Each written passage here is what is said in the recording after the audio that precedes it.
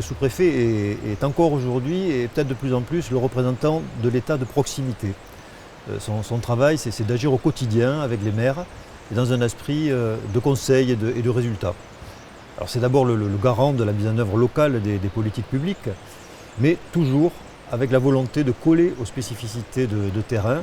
pour proposer des solutions équilibrées et en s'appuyant sur l'expertise de tous les services de l'État. Parce que chaque territoire est particulier, chaque commune a ses projets, a sa stratégie définie par ses élus,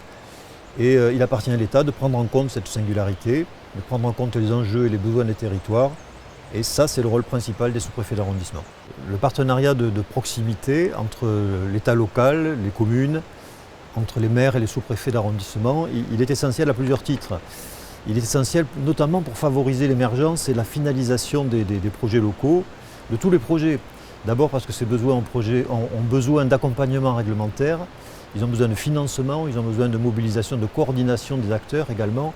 dans des circuits administratifs et réglementaires qui sont aujourd'hui toujours très complexes. Le traitement des questions de sécurité, le lien entre le sous-préfet et le maire, prend tout son sens dans la prévention des risques et dans la protection des populations. Ce lien il est essentiel en période de crise, et la crise sanitaire que nous venons de vivre a mis en lumière le fait que la coopération entre le maire d'un côté, les forces de sécurité et le corps préfectoral conditionne la continuité de la vie courante,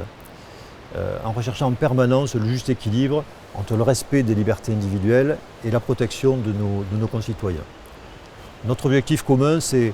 d'instaurer des relations de confiance, de complémentarité et de proximité entre l'État et les collectivités. Et c'est sur cette confiance qu'on peut construire ensemble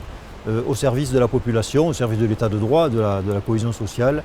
et du bien vivre ensemble localement.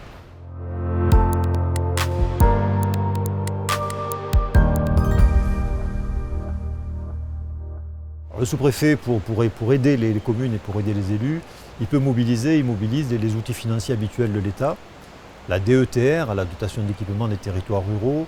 la DSIL, la dotation de soutien à l'investissement local, le FNADT, le Fonds national d'aménagement des territoires,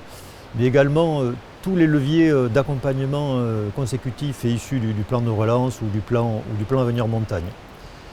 Et puis le besoin en ingénierie des collectivités, notamment et surtout en milieu rural, est très important, on le sait tous, et le sous-préfet d'arrondissement peut également mobiliser l'appui en ingénierie des services de l'État, notamment celui proposé par l'Agence nationale de la cohésion des territoires.